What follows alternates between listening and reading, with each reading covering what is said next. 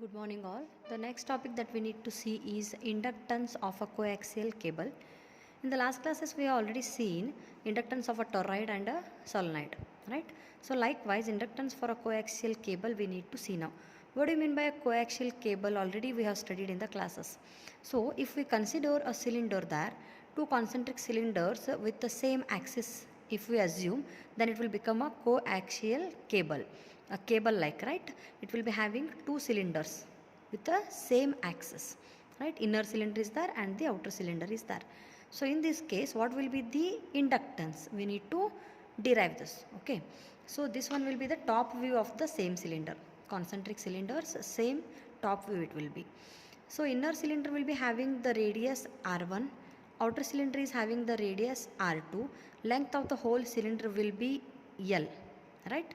Then the medium between these two cylinders, the space between these two cylinders is filled with the dielectric, that is air. Air will be filled in between these two. Okay, so you will be knowing that whenever a current carrying a conductor is placed, whenever the current starts to flow through the conductor, magnetic field will be induced and magnetic flux lines will start to pass through the surface. Whenever the flux lines pass any surface, then that is called as flux density, magnetic flux density. Okay, so now the same theory will be applying here in order to derive the inductance. If I assume two concentric cylinders like this, if inner cylinder is having radius r1, outer cylinder is having radius r2, then if I is the current flowing through inner cable, this is inner cable current, then what about the outer cable? It will be minus I. The current through the outer cable that is flowing will be minus I. Direction will be reverse, but it will be same, right? Then whenever current starts to flow, it will give rise to magnetic field. Whenever magnetic field starts, the magnetic flux lines starts to pass through the surface. Then we will be knowing the magnetic flux density at any point, right? If P is any point, the magnetic flux density at point P, which is present at a particular distance, say small r. This can be written as, we will be knowing the formula for magnetic flux density. B is equal to mu naught into current divided by 2 pi r in a particular direction n cap. This is your first equation. What is this n cap? N cap is the unit vector. Where it will be? The direction of this will be tangential. It is tangential to the flux. How the flux is going? Whenever a conductor is placed, current I is flowing, then we will be using some rules in order to identify the flux. The magnetic flux lines, how they will be moving? They will be moving in a concentric circle manner, right? So if B is moving like this concentric circle manner, how can I take the direction of B? By drawing a tangent. By drawing a tangent to this B, I will be getting the direction. So this tangential to the flux is n cap. This is the unit vector in the direction of tangent drawn to the flux lines. Okay, so like this I can write this B, that is flux density formula. Then if the same at the top view I will be considering a point, right? In this cable at the same particular point P, instead of taking any point P, at this point only if I am placing any particular surface, means one small element I am placing here. This is a small element at a point P, then what? The flux lines that are passing through this small surface I need to calculate now. Right, it is the flux lines passing through this small element means what? Flux density. So this flux density, whenever the flux lines are passing through a small elemental area, let us consider a small elemental surface ds. This surface is ds. It is having two sides, no? That is dr and dl. This dr is parallel to what? This is parallel to the radial direction, means whatever the radius we are drawing from this axis to the cylinders, that radius will be parallel to this direction dr, the side of this small elemental area that we are considering. Then this dl will be parallel to what? It will be parallel to the length of the cylinder, right? Whatever the two cylinders we are considering, it will be having some length. This dl will be parallel to this l. Okay, so ds is what? ds is the area of the element that we are considering.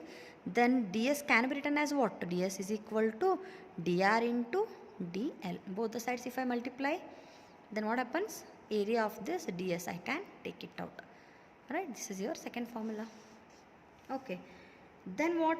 The magnetic flux through this small element, what we are considering, small element, through this whatever the magnetic flux is flowing, that one I need to take out. So through small element, magnetic flux will be what? Very small. So I will be taking d phi. D phi is equal to, how can I write? The magnetic flux through that area, b dot ds. Area is what? ds.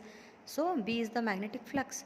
This can be written as b ds into cos theta. What do you mean by theta? Theta is the angle between the tangent drawn to the ds and normal drawn to the ds. If I consider tangent to this what? B. B is concentric circle. So if I draw tangent, it will be like this, right? Then if I draw normal, normal means what? A perpendicular line to this whole cylinder. Then what happens? Both tangent and the normal will be parallel to each other. ಇವೇನಾಗ್ತಾವೆ? ಎರಡು normal ಆಗ್ತಾವೆ ಒಂದಕ್ಕೊಂದು. So then theta can be what? 0 degree. If I say both the tangent and the normal are parallel to each other, then the angle between them will be what? 0 degree. Then if I substitute 0 in this, what I will be getting? d phi is equal to b into ds. Cos 0 will be equal to 1. This can again be rewritten as what? B. ds means what? Here I will be writing that dr into dl. This is your third formula, right? What about this? This is d phi, that is the magnetic flux through a small elemental surface, right? This is by considering a small element. If I want to take out the whole flux, the total flux, then it can be taken as what? Phi is equal to, how can I take? Integrating this small element. Phi is equal to integration of d phi, right? It is. So integration of d phi, apply integration. Two terms I am having, two sides I am having for this. One is respect to r and the other one is respect to dl. Two d's are there, so two integration you will be getting. Integration from 0 to capital L. Second, from r1 to r2. b dr and dl, right? So now you need to solve the same. How to solve this then? Go on integrating. Therefore phi is equal to, what is the value we have taken there? B is equal to what we have taken? Mu naught I divided by 2 pi r dr dl. To this I need to apply integration. This one is 0 to L, this one is r1 to r2, right? This one I will be getting, which is equal to mu naught I divided by 2 pi. I can take it outside. Integration with respect to r is there, so I need to keep it inside, and with respect to L is there, I need to keep it inside. So this is a constant I need to take out. Integration with respect to r1 to r2 you take it, right? dr you write as it is. Divided by r is there. Below this you write by r. Okay, means 1 by r. With respect to r you need to integrate this. Then what is remaining? dl is remaining. dl with respect to what I need to do? Limits will be from 0 to L, right? L is the length of your cylinder. This is equal to, if you simplify, what will be getting? Mu naught by 2 pi I. In this you just put the limits. dl in terms of dl, L minus 0 means L will be coming out. L you write it down. Then integration 1 by r dr. 1 by r dr integration will be what? Ln r. Right? No? Right? No? Integration of 1 by r will be ln of r. Ln of r means once you put r2 and once you put r1 means what it will be? Ln r2 minus ln r1. Like this I can write, which can be further simplified by 2 pi I into L.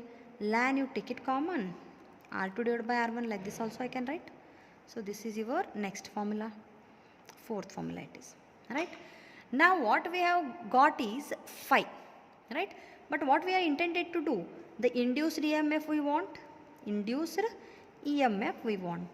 How can I write this? E is equal to minus d phi by dt, which is equal to d phi by dt minus, in this phi value I need to put, what is the phi value? Mu naught divided by 2 pi I into L ln r2 divided by r1. So this is what I need to take out. This one I can simplify further. So go on simplifying, that's it, nothing else is there. Mu naught L divided by 2 pi ln into bracket r2 divided by r1, right? D by dt is there. So d I divided by dt you take. Variation of current with respect to time, right? This is what I will be getting, E, induced EMF, in terms of this one I will be getting. But actually in the last classes also we have studied that EMF, induced EMF can also be taken as E is equal to minus L into di by dt. Yes, no? This one is fifth formula, this one is your sixth formula. So now if I equate fifth and sixth equations, what is the change? This is also di by dt, this is also di by dt, this is E, this is E. Means L will be equated to what? This whole term. Yes, it is. Equating equation 5 and 6. What can I write is L is equal to mu naught divided by 2 pi, this one is L, ln R2 divided by R1. Like this I can write equating equation 5 and 6. I can write L is equal to this much. Now inductance per unit length can be given by, for a coaxial cable, can be written as L divided by, keep this L as it is, divided by small l. Per unit length it is, right? No, per unit length will be equal to mu naught divided by 2 pi ln R2 divided by R1. This is your seventh equation, and this is the equation for inductance of a coaxial cable. Very simple it is. If you don't get, go through the video for 2 times, then you will be getting this. Okay. So if you are having any doubt, you can ask that. Thank you.